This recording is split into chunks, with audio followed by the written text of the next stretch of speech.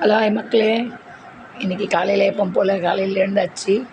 மழை தூறலாக இருந்ததால் நாங்கள் வந்து லைட்டாக இங்கே மழை கொஞ்சம் விட்ட உடனே சூரியனார் வந்துட்டார். அப்படியே வாசல் கழுவி கோலம் போட்டாச்சு. அப்படியே ஒரு மாதிரி பசுமையாக இருந்தது. அப்புறம் பின்னாடி வந்து தண்ணி ஊற்றி 2-3 நாளாக தண்ணி விடாமல் போயிட்டோம் ஊருக்கு போனதால். அவங்களுக்கு தண்ணி ஊற்றிட்டு அங்கே பார்த்தா அங்கே லைட்டாக வெயில் வந்துட்டார்.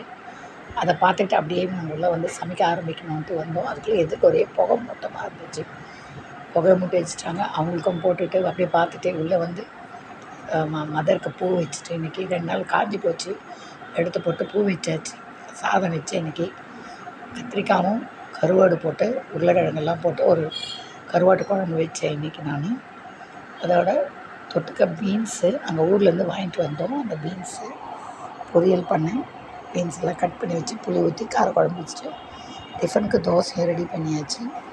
அதுக்காக சாதம் அதுக்குள்ளே பார்த்தா சாதம் பொடி வந்து நல்லா வேக ஆரம்பிச்சிச்சு. அதையும் எடுத்து வடித்து எடுத்துட்டு பக்கத்துலேயே எண்ணெய் ஊற்றி கடுகெல்லாம் போட்டு எப்போ போல் கருவாட்டு குழம்பு ரெடி பண்ணி தாளித்து குழம்பு எடுத்தேன். அதுக்குள்ளே அவருக்கு காஃபியும் போட்டு கொடுத்து அனுப்பிச்சிட்டேன். பக்கத்துலேயே தேங்காய் போட்டு பீன்ஸ் போட்ட பொரியல். அப்போ கடைசியாக கருவாடை போட்டுட்டு மெதுவாக அந்த குழம்பையும் ரெடி பண்ணி இறக்கிட்டேன். தோசை இன்றைக்கி டிஃபன். அதுக்கு தொட்டுக்க வெங்காய சட்னியும் அரைச்சாச்சு. வெங்காய சட்னி தோசை இதான் இன்றைக்கி பிரேக்ஃபாஸ்ட். இதெல்லாம் முடித்து ரெடி பண்ணிவிட்டு தம்பிக்கு தோசையை 2 ஊற்றிட்டு அதையும் டிஃபன் பாக்ஸில் ரெடி பண்ணி கட்டணுன்றதுக்காக எல்லாம் ஒன்றா வச்சு எடுத்து வச்சிட்டேன்.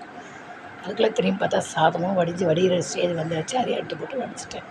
டிஃபனுக்கு தோசையும் வெங்காய சட்னியும் வச்சாச்சு. சாதம் வடித்தேன். சாதம் டிஃபன் பாக்ஸில் வச்சுட்டேன். பீன்ஸ் பொரியல், கருவாட்டு குழம்பு, தொட்டுக்க முட்டை ஆம்லெட். அவ்வளோதாங்க இன்றைக்கி இது நம்ம பண்ணது. இன்றைக்கி வாங்க எல்லோரும் ஒன்றா உட்காந்து சாப்பிட்லாம்.